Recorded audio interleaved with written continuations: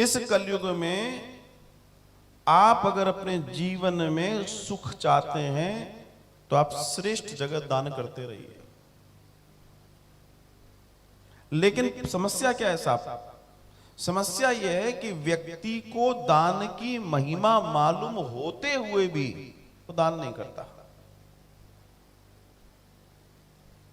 और यही, अब जैसे मान लीजिए हमने किसी से, मान लीजिए कोई ब्राह्मण देवता से हमने पूजा कराई है, हमको ऐसा लगता है कि हमें उनको दक्षिणा देनी है। दक्षिणा का मतलब क्या होता है?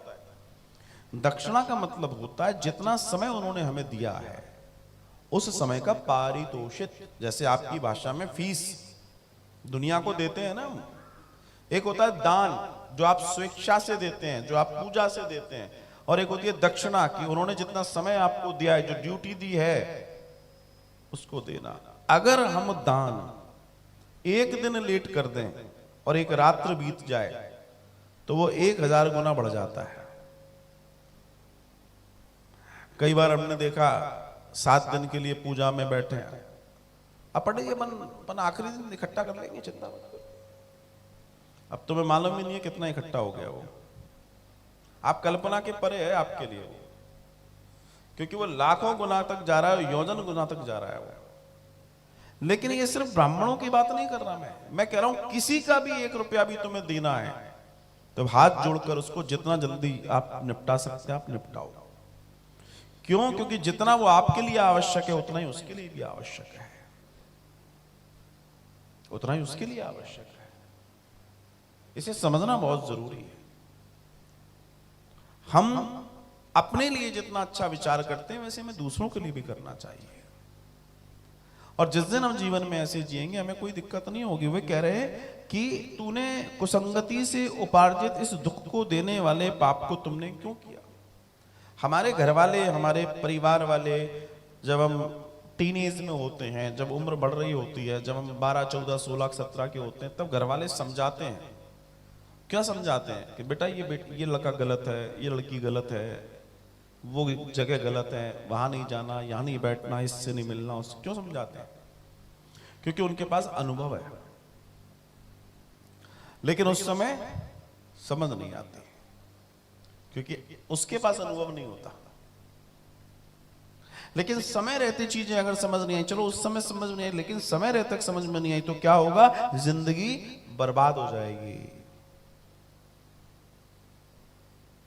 आप गलत लोगों के साथ रहेंगे तो जीवन में आप अच्छा कर ही नहीं सकते। आप कुसंगतियों के साथ रहेंगे, आप में कुसंगति आ जाएगी। आप किसी ऐसी कंपनी के बीच में बैठने लगो जो ड्रिंक करते हो, शराब पीते हो, गलत भोजन हो जिनका, आप कितने ही ढंग के बने रहना, एक दिन वो आपको अपनी गैंग में शामिल कर लेंगे। क्यों? क्योंकि धर्म क्या कहता है? देखिए, बुरा मत देखो, बुरा मत सुनो, बुरा मत कहो। ये ऐसे ही नहीं कह दिया गया। हमने अजामिल की कथा सुनी है। अजामिल श्रेष्ठ ब्राह्मण का श्रेष्ठ पुत्र था महाराज। उस बालक को, जो युवानी के चरम पर आया था अभी, उस बालक को सारे वेद, उपनिषद, एक एक चीज कंठस्थ थी। उपनिषदों का ज्ञान था उसको। वो सामान्य बालक नहीं था, लेकिन उसने बुरा देखा। और ऐसा नहीं है कि हम सड़क पे जाएंगे, कहीं जाएंगे, आंखें बंद करके जाएंगे, आंखें तो खुली रहेंगी। लेकिन आप किसी जगह किसी अपने आप अपनी दृष्टि को केंद्रित कर लेंगे तो उसकी जो ऊर्जा है वो आप में प्रवेश करेगी। और उसके साथ क्या हुआ? वो ठहर कर पेड़ के पीछे से देखने लगा। उस युवानी को वो संभाल ना पाया, अपने ज्ञान को मौना कर लिया। और क्या हुआ? उसका जीवन आपको मालूम है, यश, वैभव, संपत्ति, संपदा सब चली गई उसकी।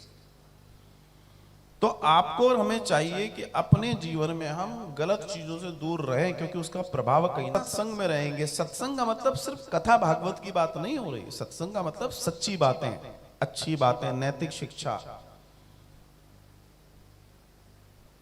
अच्छा व्यवहार, ये सत्संग है। छोटों से प्यार, बड़ों का सम्मान, ये सत्संग है। इसे समझना जरूरी है।